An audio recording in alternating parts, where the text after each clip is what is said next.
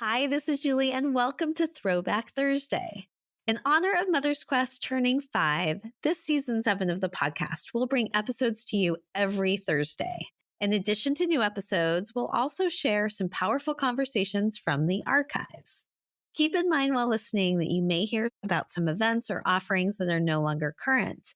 But whether you've heard this episode before or it's new to you, I hope you'll find something here as relevant as ever to light your way.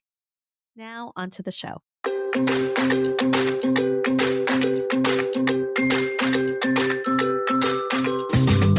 Hi, and welcome to Mother's Quest, a podcast for moms like me ready to live our own truly epic life. I'm Julie Neal, a life and leadership coach, community builder, writer, and mom to 2 high-energy boys who challenge me to grow into my best self. I'll be right there. Where was I?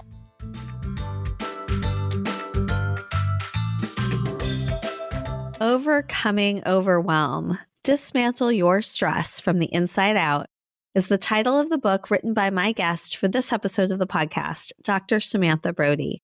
Dr. Samantha, as she's frequently called, is a licensed naturopathic physician and acupuncturist and the founder of Evergreen Natural Health Center in Portland, Oregon. For decades in her private practice and virtual consulting business, she has helped thousands of people transform their lives with her innovative, personalized approach.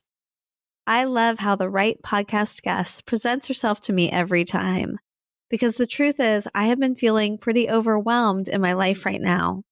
A new puppy, challenges with our younger son in relationship with the puppy, a traumatic experience with an active shooter scare at a theme park with my son Ryan, and a cold and cough that I couldn't shake was definitely creating a sense of overwhelm. But inspired by this conversation, I decided to take a pause and start to take steps that are already helping me feel better. I said no to some things on my to-do list. I pushed out the date of this episode's release, and I started shutting down my computer in the evenings. I reached out to Dr. Samantha for a consultation about my health, and my friend, Casey O'Rourke of the Joyful Courage podcast for a positive parenting coaching session.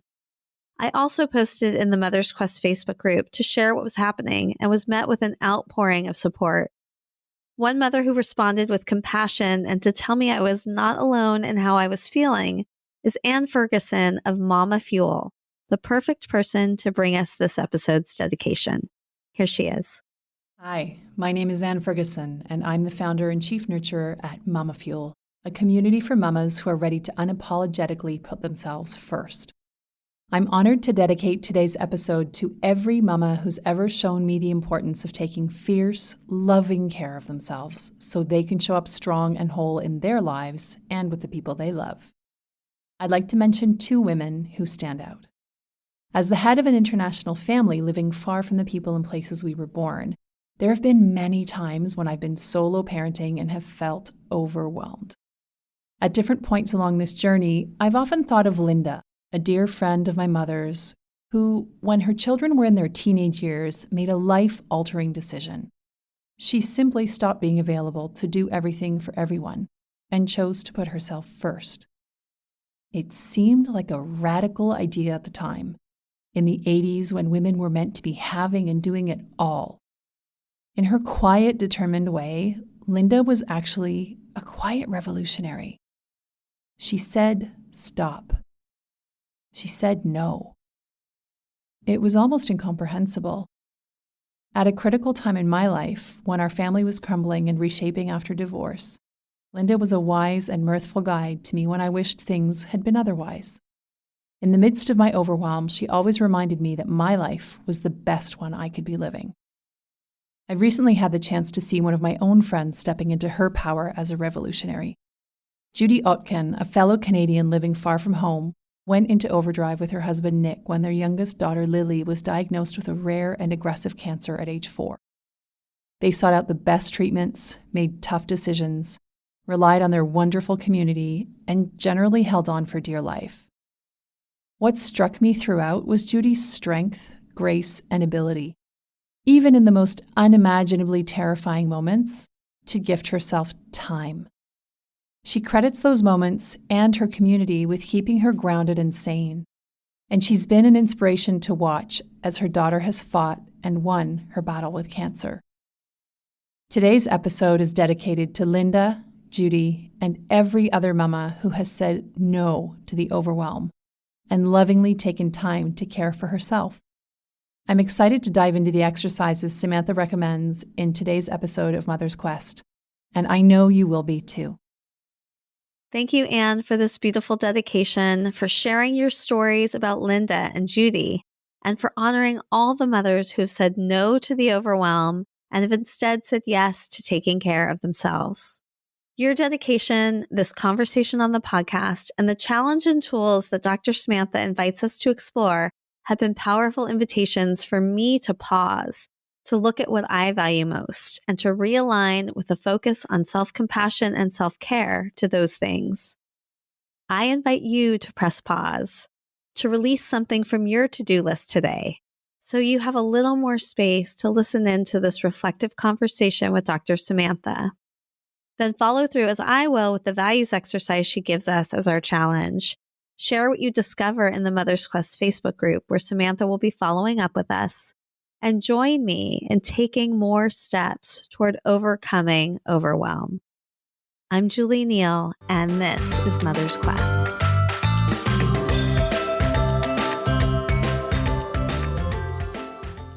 Samantha, welcome to the Mother's Quest podcast. I feel like this moment, this interview with you could not have come at a better time.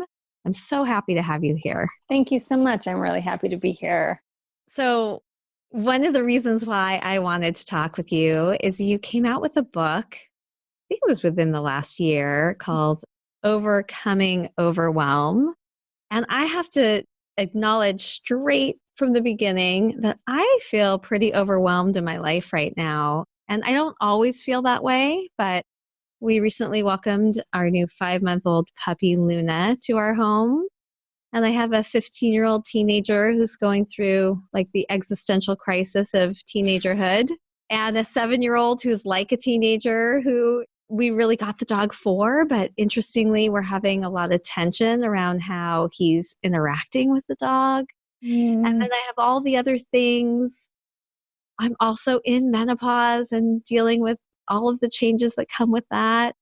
And just noticing that my ability to cope with things right now doesn't feel as ease-filled as sometimes it does. I'm typically a pretty easygoing person, but I've been just feeling a little bit of anxiety lately.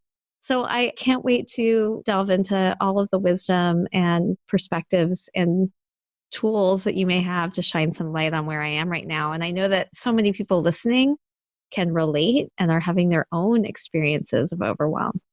Yeah, so many of us. So let's first start with the question I ask every guest. Tell me a little bit about your own childhood and how those experiences have shaped where you are today.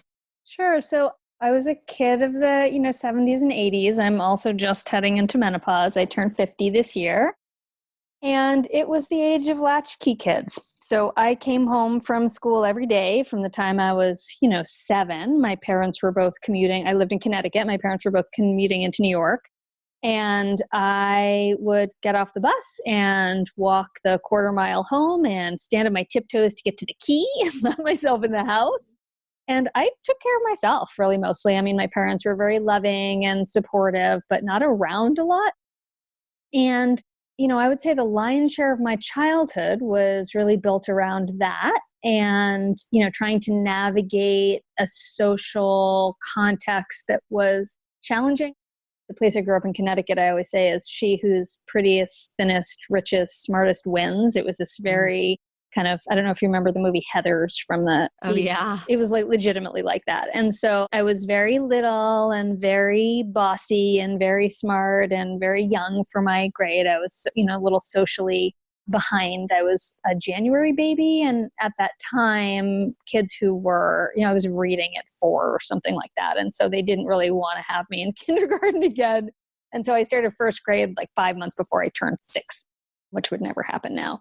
So I had a hard time socially. And so I'd say the main things that really shaped my childhood were, being very independent at the same time that I was negotiating and navigating a very complicated social situation and ending up getting bullied in junior high school and, going to boarding school because it was that rough a situation. And so, all of that really, I think, set me up as an adult to be on this path of, compassion and empathy and helping. And, I think a lot of times people feel badly about the things that they went through as kids. And, some of the stuff was pretty rough for me. I also had some medical trauma. I don't really feel badly about any of it. I feel like everybody did the best they could.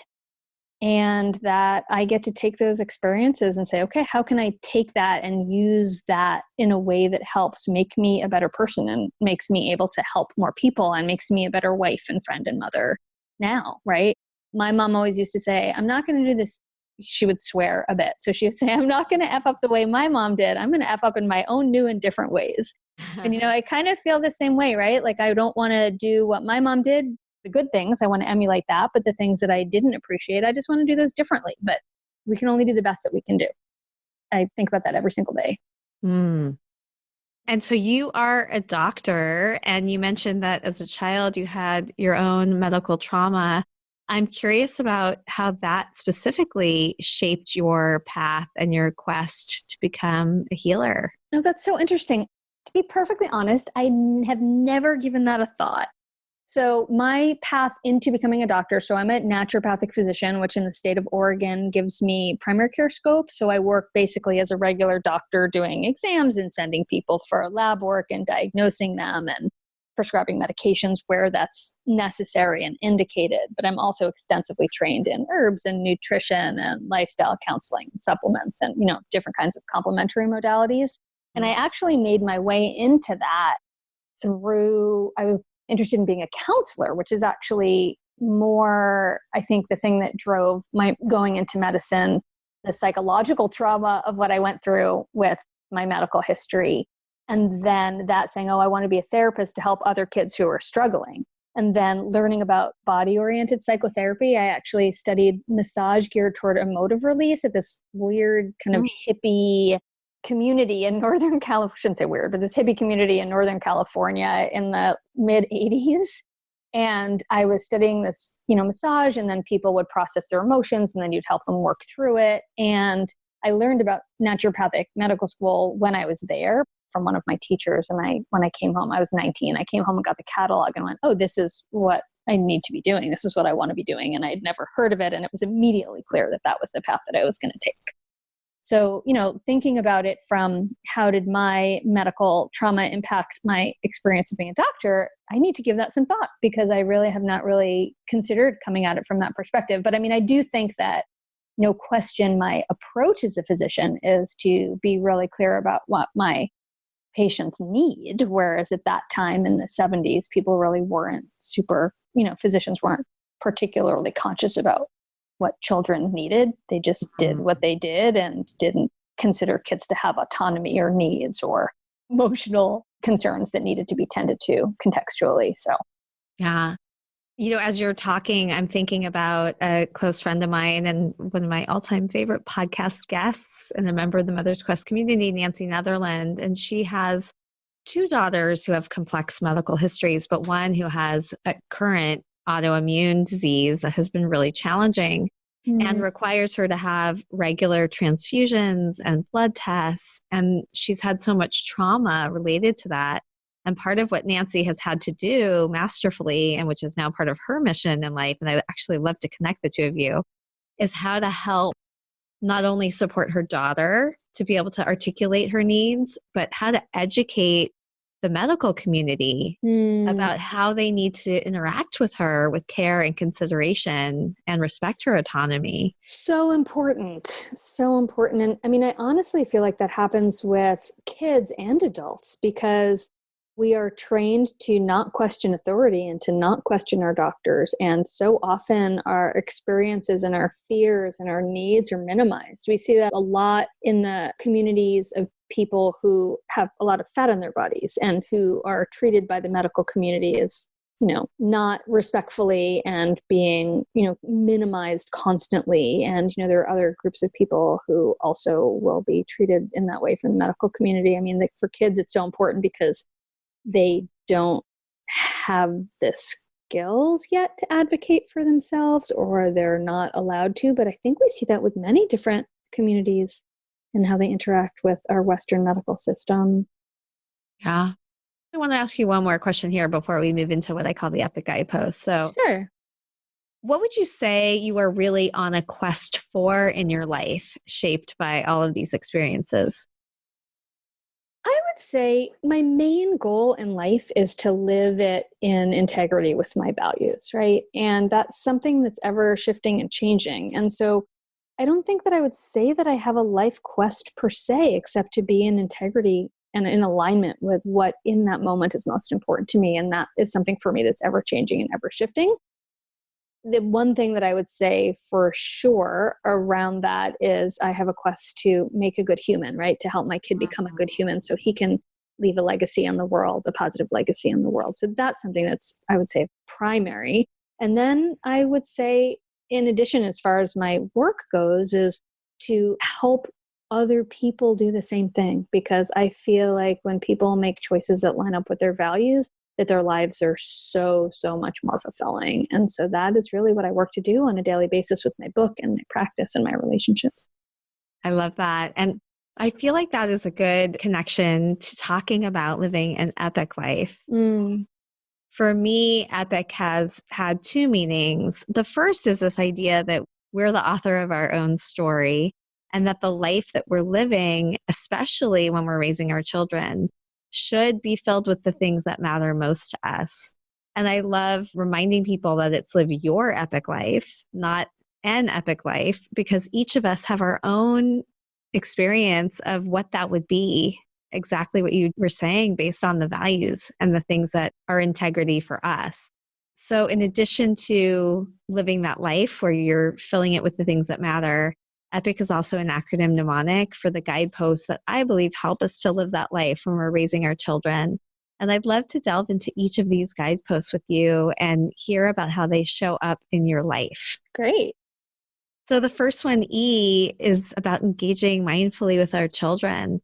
So I'd love to hear a little bit more about what you just started to say about how that is such a primary part of your life and the ways in which you are helping your own teenage son, we have that in common, to live a life that's in integrity for him.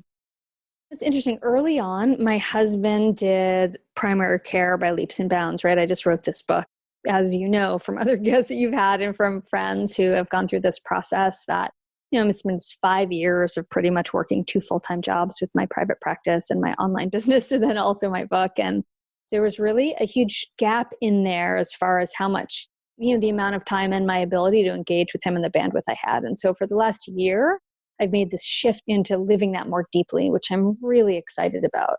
I did pass a lot of that on to my husband for a while, which was rough, I think, for all of us. And again, I wouldn't trade having gone through that experience, but I feel really grateful to have that behind me and being able to kind of have this new chapter here where I can really connect more and be there in a different way. We have, bedtime we still do together. And so we hop into bed at night and talk. And that's always been that is something I have done all the way, across the years. And that's a place where he really feels, he lets his guard down and we're able to really talk about whatever it is that needs to be talked about, even as he kind of dives into his headphones and music for the most part and doesn't want to be engaging on the regular during the day as he's getting older.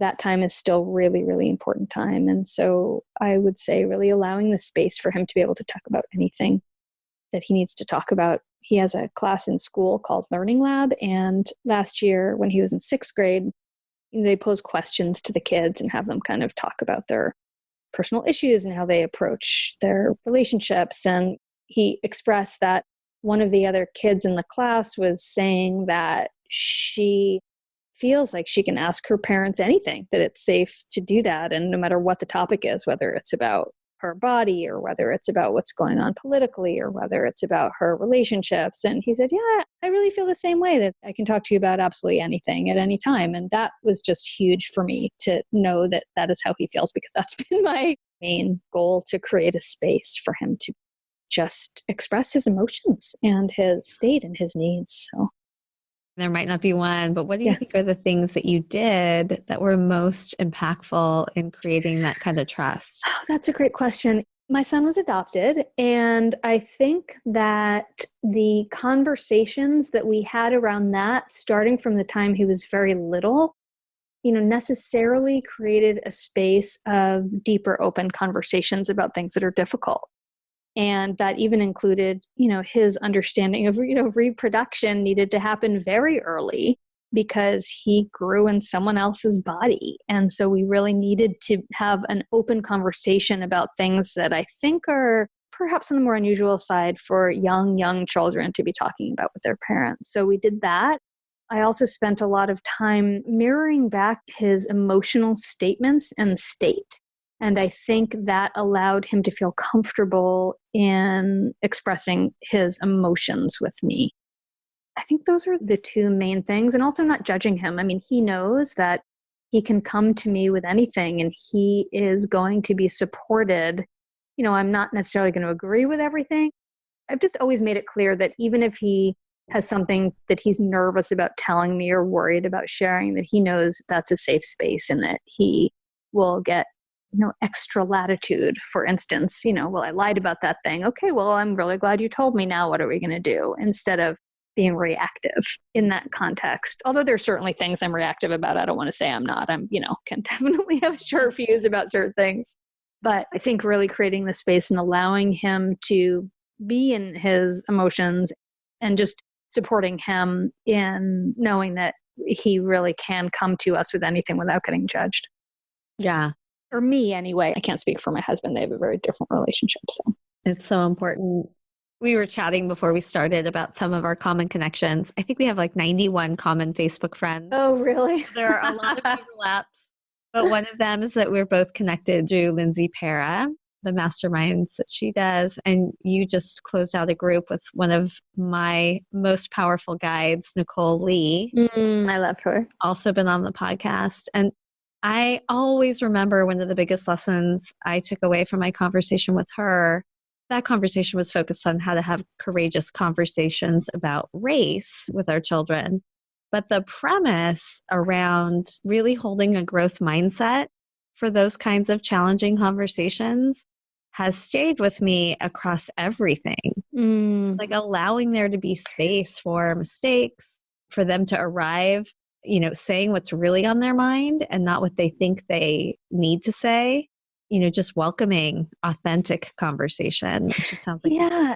I mean, jumping off from the race piece is, it is just one of the difficult conversations that we have. I mean, my kid is not white. So we also have that stepping off conversation as well, right? So we've had a lot of very difficult conversations in that arena as well, both as a white parent of a not white child and just, generally about race and our culture.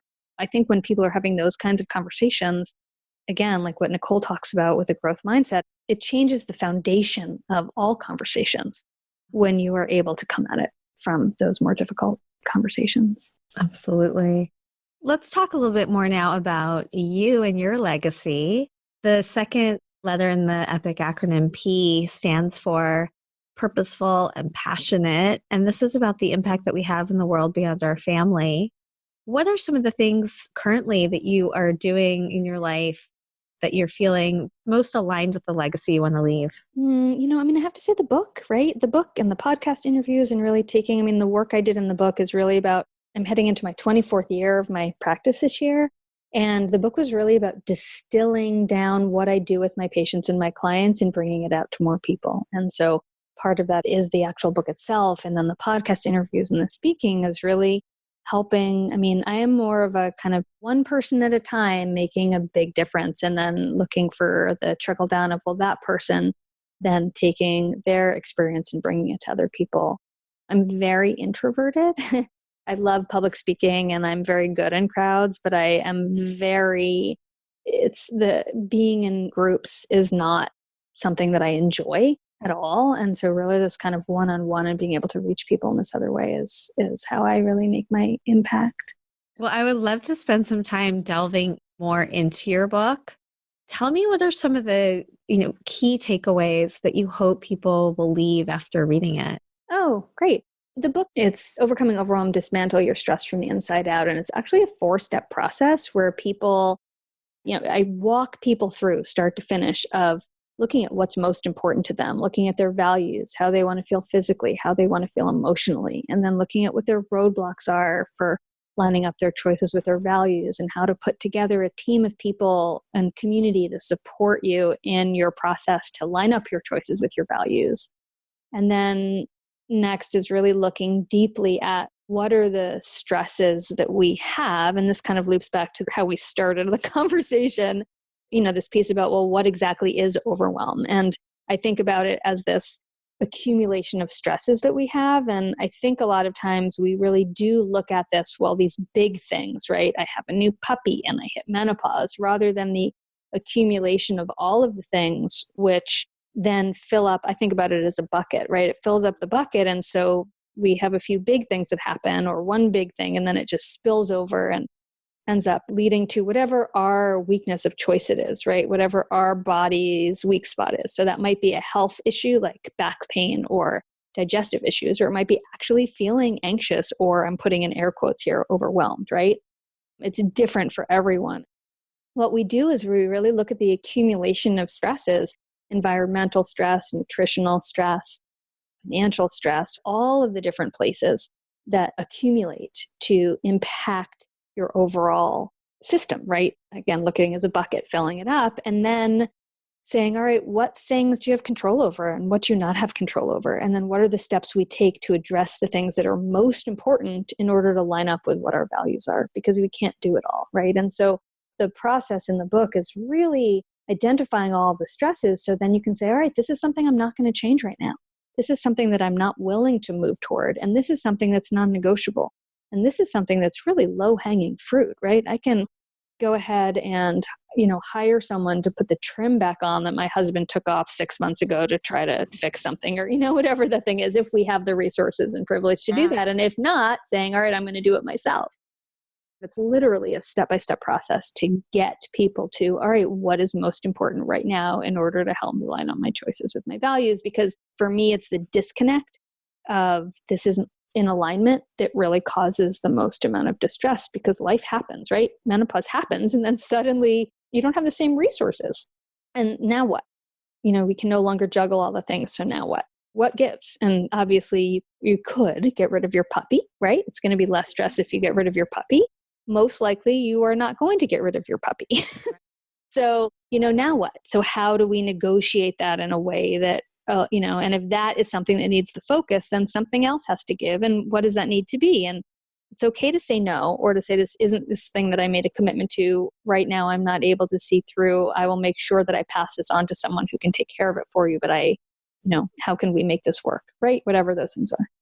I'm appreciating so much about what you're sharing. I can see how it could be such a powerful process. And even just like the mapping out of what are all the stresses. I think there's some way in which I almost want to pretend they're not there. Mm-hmm. But I think that actually visually representing them and putting it all on paper would almost immediately alleviate some of the stress. It's so interesting because so for some people, that's the other piece with this. It's so individual, right? And so some people are going to write them all down and they're going to drop into a panic. And other people are going to write them all down and say, oh, this is the thing. But again, when we put our heads in the sand and we don't look at it, it's just going to accumulate more. And so the process of identifying it can sometimes feel stressful, but then you go like, okay, anything that I'm not going to do right now because it's not reasonable, because I don't have the bandwidth, because it's not the time, I'm going to put that aside for now. Or, I know that I'm not going to make the choice to, stop smoking until I've really dealt with some of my trauma. So the first step is to make an appointment with the therapist to start doing EMDR and stop shaming myself that I'm still smoking after I've tried to quit 4 times and haven't, right? Or whatever that thing is. That's an example I took from a patient yesterday. And the other thing that you said that was like ringing bells for me is when we feel like our life is not lining up with our values, it creates the overwhelm. And I think that is one of the number one things about the stresses in my life right now is they're leading me to be living my daily life in a way that doesn't feel in integrity. That may be the thing that's causing the most stress of all. So Right. an example of, I was listening to your interview with Rebecca Barucki just before we hopped on for the interview. Love her too. She was talking about how, even though she's so much about trying to empower her community and people to take care of themselves and to reach out for help, that she had not been going to therapy and that she realized it was time for her. And a friend, I think, helped her do that. And before we started our interview, just hearing her name that made me realize, oh, yeah, right. So I'm really feeling challenged right now with how my 7-year-old is interacting with our puppy. And instead of showing up as the mother I typically want to be, I feel like I have been extremely negative. And so I just send a message to Casey or Brody, who has the amazing Joyful Courage podcast. And I was a guest on her show. And I know that she is so powerful about positive parenting. And I just said, hey, I'm going through a really hard time. Can I set up a coaching session with you? And Awesome. make that happen. But I don't know why, I've been sitting now for 3 or 4 weeks with this rising tension of being out of alignment with the kind of mother I want to be and not doing anything about it. I think that's really natural though, right? I mean, it takes us a minute to realize the road we've walked down, right? You're walking down the forest and suddenly you're like, oh, I just took a turn. I'm not where I want to be. And then you have to go back to your path. And I think that's really natural, right? Because we can't be perfect and we can't do it the way we want to do it all the time. And I use the term the tell, right? It's a tell that you are starting to feel anxious and contracted, that something's out of alignment. But it takes a minute to be able to identify that. It's a tell when your back is starting to hurt that there's something that isn't working about, whatever it is that's not working. You're not exercising enough. You need to go to the chiropractor or whatever that is. But we put up with these things for a while. I think the thing is about being conscious, right? How are we conscious on a regular basis and assessing what it is that we need and who we want to be? But it takes a minute, and that's really natural. I think part of it is when you have a lot of things on your plate, it creeps up. Yeah. Well, I want to now move into the next guidepost, I, which stands for invested in yourself, and hear a little bit more about how you listen to these tells in your own life and what that has caused you to bring into place for yourself to feel healthy and whole. And then any other tips you have for me or anyone else listening for how we can do that for ourselves. For myself, I'm not always great at seeing those tells. So I'm really brutal, of working my own practice of on a regular basis, reevaluating my values and how I want to feel, and then looking at these different areas in my life and say, is this lined up with this right now? And I think, again, it's really natural to suddenly go, wow, I have this tell and I didn't quite get there. So I'm going to give you the example that we talked about this for a second before we hopped on and started recording. So my book launch date was January 1st of this year. And, the last few months of the year, you are kind of getting ready for book launch, which is, doing the podcast interviews and asking people to share about the book. And, I was interfacing with my PR team. And I had come back from a trip to Europe with a good friend. And that's actually the main thing that I do to invest and take care of myself is travel. And I have arranged with my husband, I play that game where it's called miles hacking. I collect airline miles, opening and closing credit cards for free travel. And so I've negotiated with my husband to go on 2 trips a year for 2 weeks. I love that. Either by myself or with a friend. And it doesn't come out of our budget because I pay for it all with my points and miles. So I had come back from a trip, and this was in October, actually, just about this time last year. So it was the middle of October. And when I came in the house the next day, my kid greeted me in the morning, and we're in the kitchen. He goes, "Don't open that cabinet." And I went, "What?" And my husband kind of started getting a little shifty. And I was like, "What's?" And I went, "Oh no." And he said, "Yeah, I think we had a rat in the cabinet." And I'm like, you never have a rat. Like, let's just start right there. Like, there's never a rat. That's just not how it works. And so it turned out that we actually, we live in Southeast Portland, in Portland, Oregon, and we have a huge rat problem in general. And we had them in our garage, and we buttoned up at the garage, so they moved into the house. Oh, I know. So we ended up moving out into, I was like, I'm not staying here. And my husband and kid were like, whatever. But my mom went totally bonkers, and she was like, go stay. She just freaked out. And so we moved, we all went into an Airbnb while we were dealing with the issue. And it was a 3-week process of, getting the upstairs where we were living buttoned up so they couldn't get in while we were mitigating the problem, which is now thankfully completely resolved. So that went on for 3 weeks, and then we moved home, and it was in the middle of November. I was meant to be leaving to go visit my mom on the East Coast, and I ended up having some back pain, which was a little tell for me. So I was like, okay, I maybe overdid cutting back, the grasses outside. And then the next day I was like, my bra's kind of chafing. That's really uncomfortable. Why is my bra chafing? I've gained some weight, but my bra shouldn't be chafing.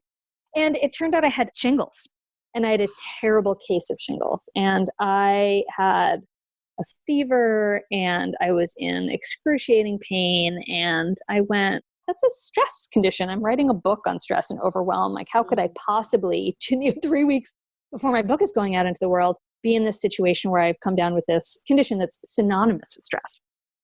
What I realized was that I had not accounted for, and I'm brutal about what I take on. I had almost nothing on my plate except for the book launch. I'd cut down on my office hours, and everything was perfectly set up. But then I realized what I didn't take into account was how stressful it is for me to ask for help.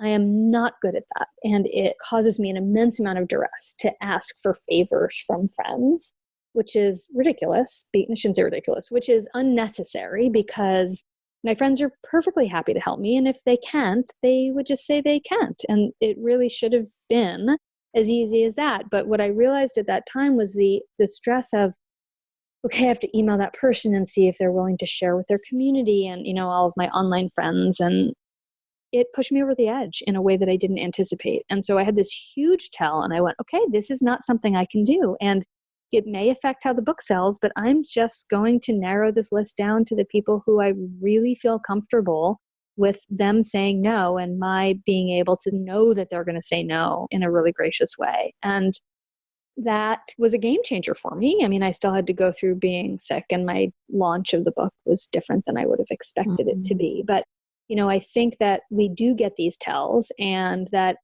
in general, it's important to continue to be aware of where our stresses are and what our overwhelm looks like, and prioritizing and being brutal about what we say yes and no to.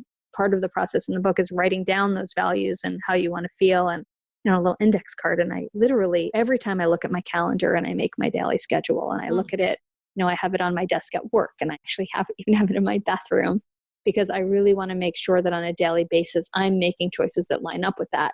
But even doing that, sometimes things happen that you don't expect. Sometimes you don't account for things. And so, there's this huge piece for me about we can't shame ourselves for making poor choices. And I started to do that and went, that's not in integrity with my values, right?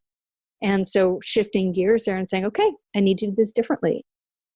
And what comes next? And that also has allowed me to be absolutely, again, brutal about this next phase that I'm setting up in my life, where, the book launch of being really intense was about 3 months. And then I started saying no to everything.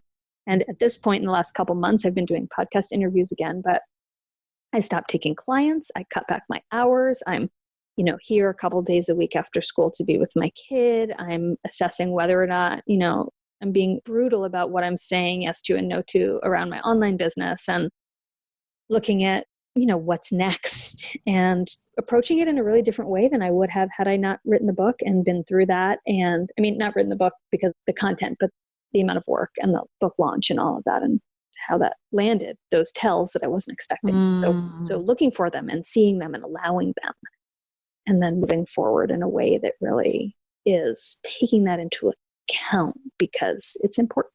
Yeah. I so appreciate this. And one thing I'm noticing about it is, how we go through different phases in our life.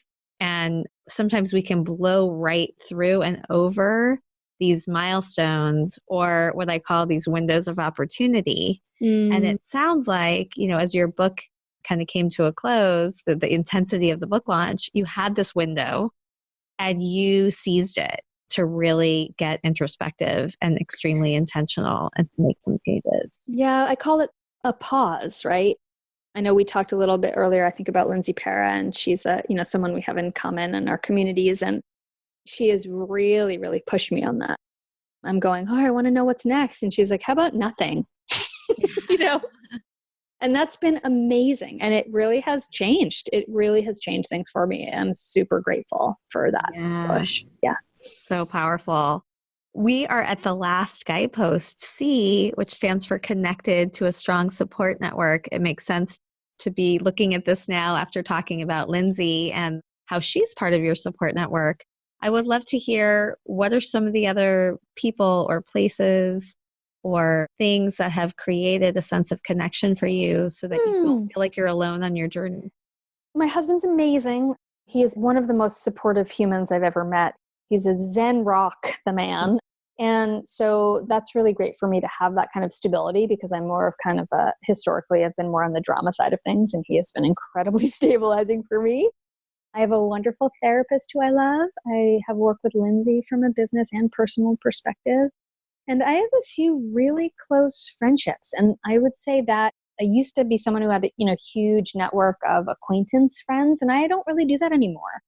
I spend a lot of time by myself and reading, and that's really, really important to me as an introvert. And then I have a few people who one of my girlfriends, her name's Stephanie, we talk on the phone a couple times a week.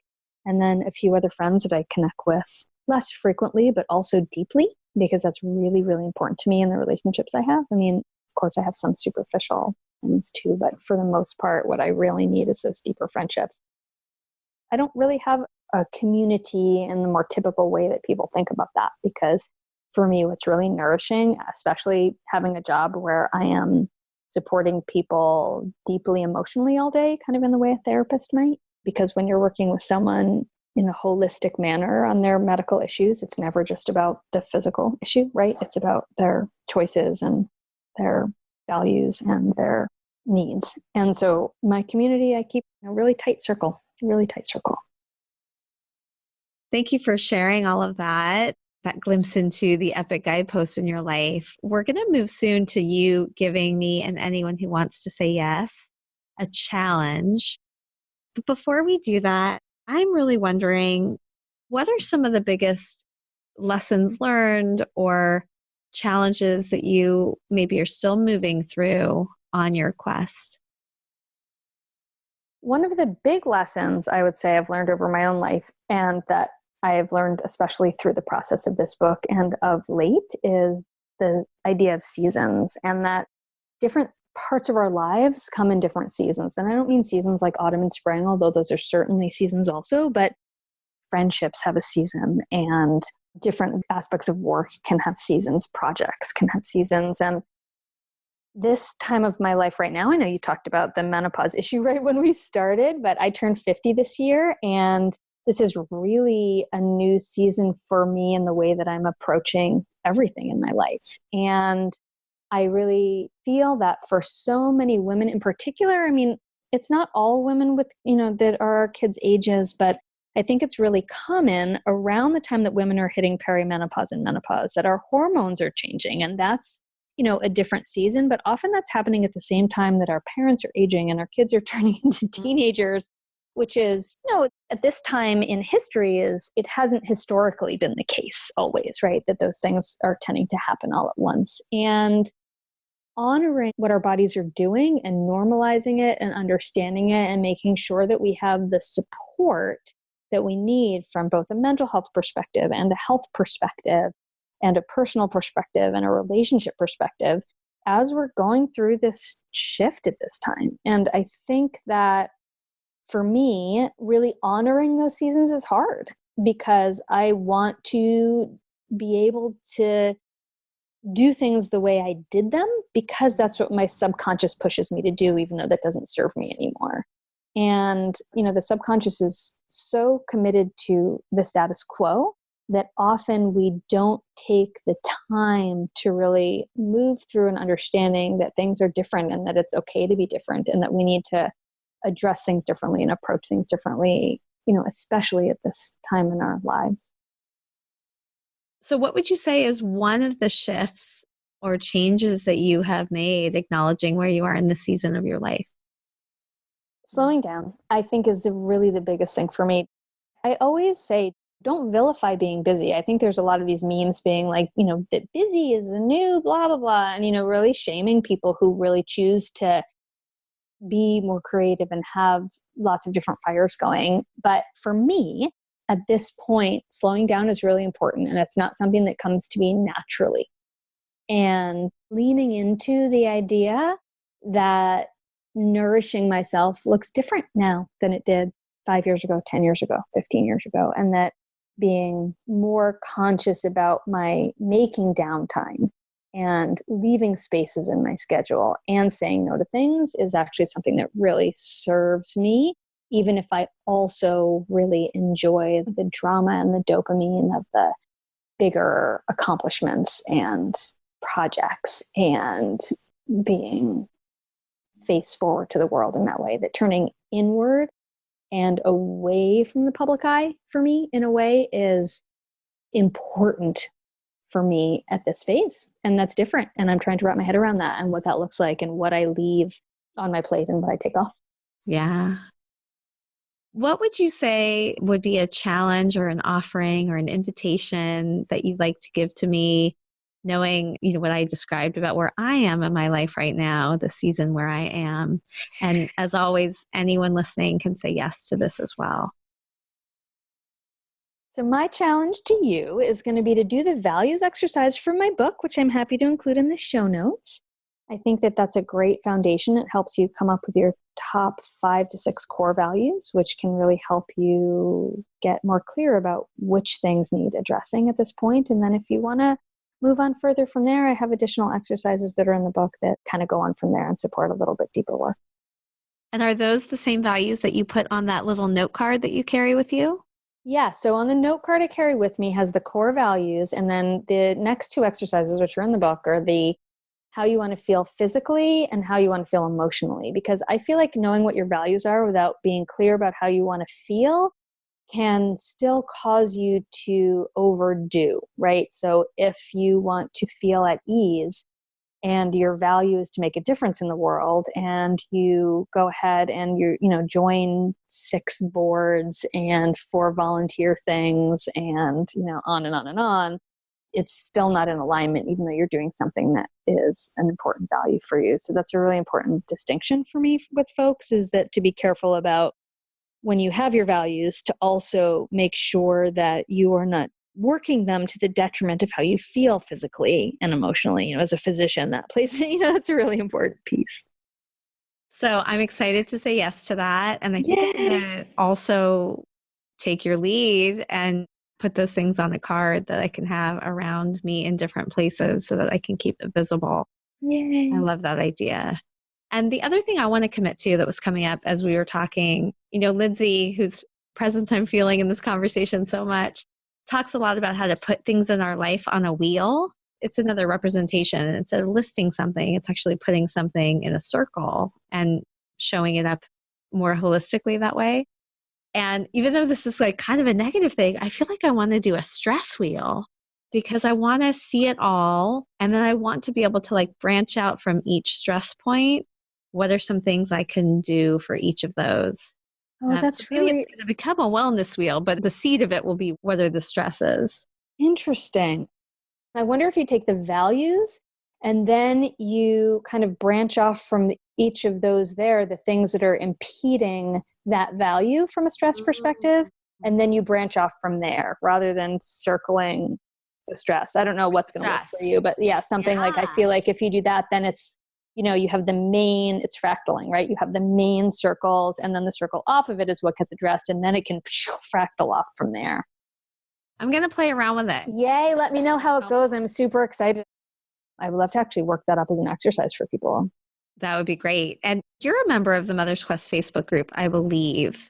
So hopefully, when this episode comes out, we can be in conversation there. And yeah, absolutely. I'm happy to come in and answer questions for people. And I'm always present. That's one of the other things I do around community, right? I help support other people's communities in that manner. So I'm happy to come in there for whatever you need anytime. Wonderful. All right. Well, thank you so much for this conversation today. I already feel lighter. Yay. And more grounded simultaneously, both of those things. And I want to just take a few minutes now to acknowledge what some of my takeaways are from the conversation and then welcome you to do the same. I am really appreciating the focus on the conversation on values and the power of being in integrity and how those values in our life can shift and change depending on what season we're in, and how to be willing to look at those things, but not look at them from a place of shaming, but to notice what these things are telling us in our life. And based on that and what our priorities are, stepping into some action to try to help make ourselves feel healthier. So thank you for that. Oh, my pleasure. What's coming up for you? I would say I'm really excited about working the wheel a little bit with this.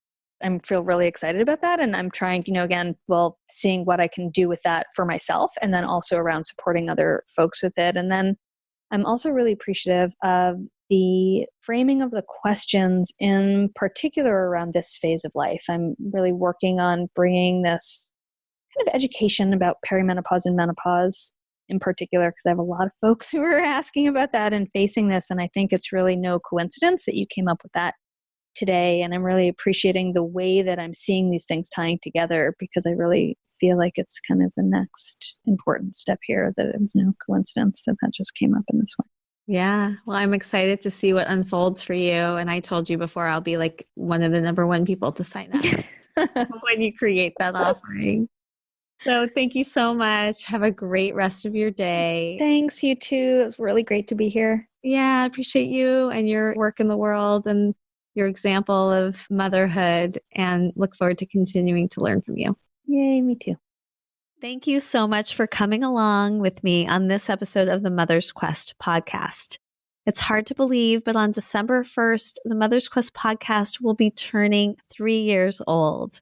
And in honor of that milestone, I'm going to record a special episode with some of the key takeaways and reflections I've had on my journey over the last 3 years. But I would also love to share your voice and your reflections on things that you've been able to take away from these conversations.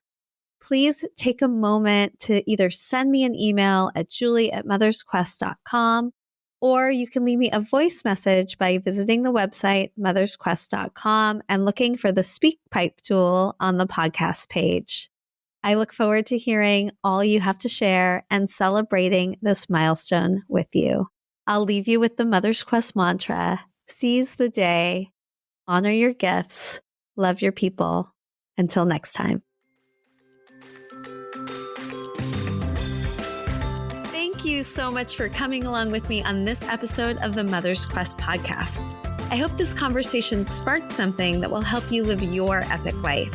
If you'd like to get show notes and learn more about how to join the Mother's Quest community, visit mothersquest.com. And while you're there, I would love it if you would follow the prompts to subscribe, leave a review on Apple Podcasts, and help us to spread the word. I want to end with some words to help light the way on your quest. Seize the day, love your people, honor your gifts. Until next time.